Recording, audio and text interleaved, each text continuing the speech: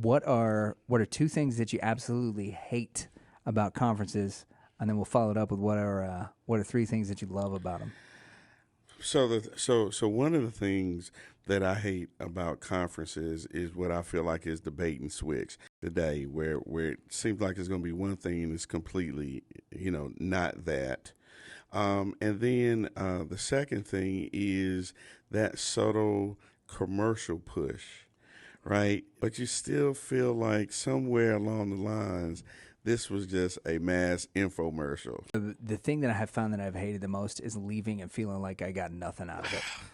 And I never can tell if that's a me issue or if that's a content issue. And so to those ends, I kind of hate going to these things alone because I realize when I go alone that I'm not getting as much. All right, so three things you love about conferences. So I love the fact that in many cases they're presenting new ideas. And so you're getting to not only hear about that, in some cases you're also getting to see it. So, I love the fact that new content is there.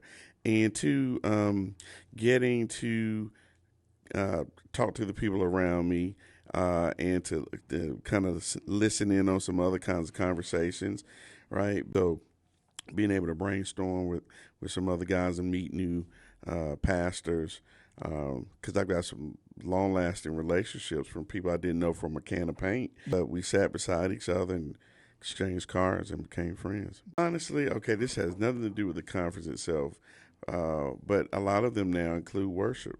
And that helps me stay grounded and not slip into the dot the I, cross the T, work part of it. No, that this is ultimately about people coming to know Jesus and serving him by serving his people and taking it seriously by growing myself and having the kind of outlook that wants to help the church take the next step to reach more people for Jesus. So real quick, I love the Q&A portions of the breakout sessions because I like to know that I'm not the only one that feels a certain kind of way about the information that we're but also I like asking the question that maybe nobody else is thinking about. One is that sort of solidarity, and the other. The second, man, I'm right there with you. It's the relationships.